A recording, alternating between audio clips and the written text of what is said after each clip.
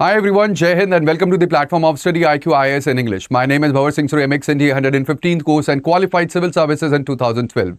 And I welcome you on the platform. Now in this session, we'll be talking about reclaiming the ancient heritage. That is about the dancing girl controversy that had been there. Now what has happened was recently that there was the immediate reversal by the NCERT of the controversial figurine or the decision that was taken where it has replaced the authentic illustration of 4500-year-old dancing girl figurine that was there from the Indus Valley civilization in the class 9th arts textbook Madhurima.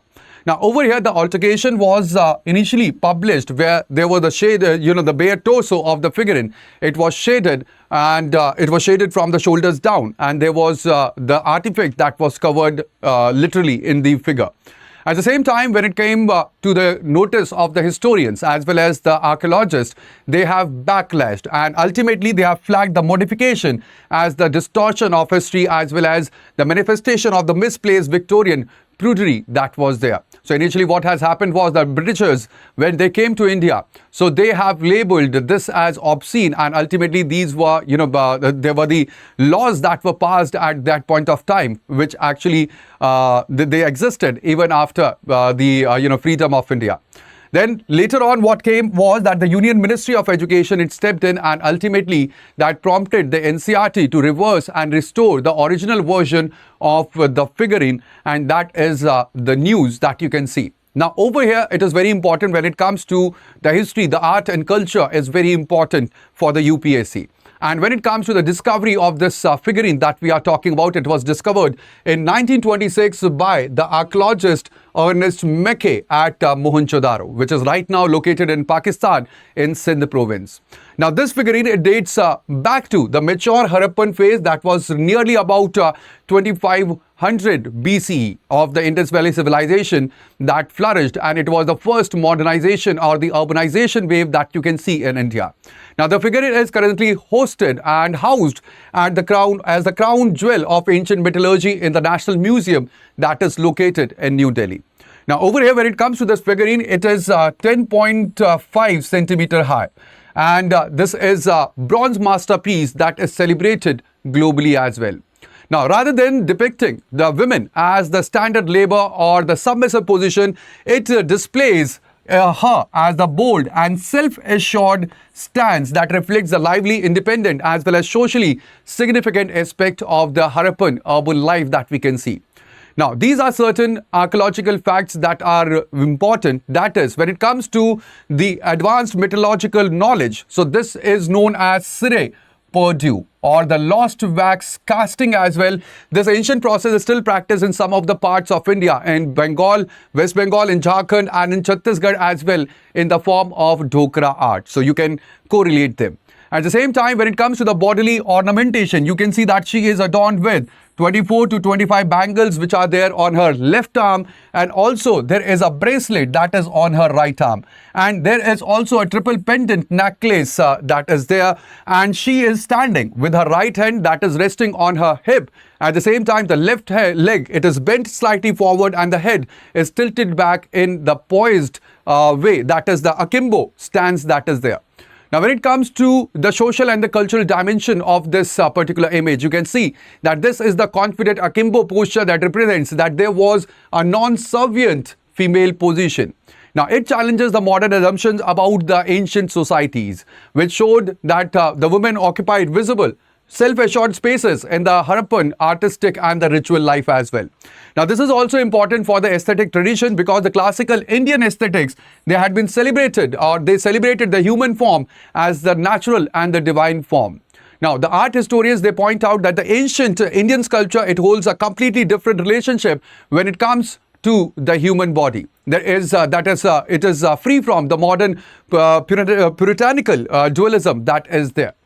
Now, over here, it is very important that the complete issue, it relates to the governance and the censorship as well. because when it comes to the image that was modified, so ultimately that reflects the proactive sanitization by the bureaucratic boards, fearing that there could be the conservative backlash in the society. There's also lack of transparency because the decision to alter the image, it occurred without any proper kind of public consensus from, or the consensus from the specialized textbook development committees which are there. There's also administrative accountability that you can see over here, because it is the fast correction following the media reports, and that illustrates how the public scrutiny enforces the administrative responsiveness in education right now in India. Now, this has the ethical as well as the pedagogical perspective as well, because when it comes to the academic integrity, so altering any kind of visual representation from the physical artifacts, that breaches the core ethical perspective or the standard of preserving the actual truth of the factual truth to the students, and that is what needs to be done. We have to we have to show the facts, we have to show the truths to the students so that they can develop the right kind of knowledge. There is also underestimating the young minds, where attempting to shield the high school students from the classical artistic nudity that assumes that there is lack of intellectual maturity, and also it hinders the critical aesthetic appreciation of the image as well. There is Victorian morality as well. I told you that when it comes to the modern puritanical dress codes onto 4,500-year-old object, so that directly it assumes and compromises the educational rigor and the development of a scientific temper as well. All right, and also when it comes to the aesthetic dilution, so obviously when it comes to digitally blurring or shading the details, that distorts the very specific artistic features that are there on this particular model, and that is the bangles, the necklaces that are very crucial for the students' observational skills to get developed. Over here, when it comes to the art, so we have lots of ancient art that had been there, and there was creation of the uninhibited classical art that celebrated the natural forms in India. Whether it was in the Indus Valley civilization, whether it was in the Khajuraho paintings and the murals that you will find, and even in Ajanta as well. Now, what happened during the colonial rule was that there was Victorian codes that were imposed, and the laws, like for example IPC section 292, they branded the native art as indecent. At the same time, right now you can see that there are controversies over the textbook upgrades. There is state intervention as compared to the expert committee autonomy. So what needs to be done? So there is the need that we must transition towards the evidence-based pedagogical frameworks, preserving the absolute artistic truth that should be shown to the students. Now over here, this links with the Dhokra art. The Sire-Purdue method, it links the Mohenjodaro directly with the present-day tribal metallurgy that you will find in the parts of India, and that highlights that more than 4,000 years had been there of the uninterrupted technology as well. Now there is a constitutional mandate also, Article 51A, that provides us with the fundamental duties. It says that or obligates the citizen to value as well as preserve the rich heritage of our composite culture. Now, there is a similar global parallel that you will see, and that was led by the church on the Michelangelo's statue of David. It is fig leaf campaign that highlighted the global recurring patterns of the moral sanitization waves which are there, and you can link this to the the church the campaign as well. Now over here, it is very important that when it comes to the shading, so we have to see both the sides of the the coins that are there. Now when it comes to the shading of the figurines, so obviously it prevents the unnecessary fear, distraction, and even conforms to the modern school codes of modesty. It also protects the textbook boards from polarizing the public debates and the political friction, and it focuses the learner entirely on the journal shape and the outline of the ancient Indian design. However, when it comes to shading of the figure, so it treats the teenagers with the infantile prudery as well, and blocks the standard art historical comprehension.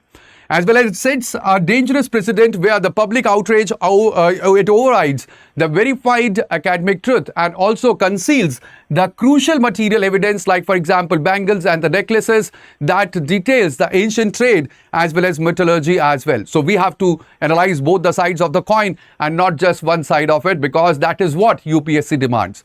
So that would be all in this video. I hope that you have now complete understanding that why this topic matters. It is about the art. All right, it does not capture a standard of the contemporary morality. It is basically the mirror of or or mirror to the technical sophistication and the cultural soul of an era that existed during the Indus Valley civilization.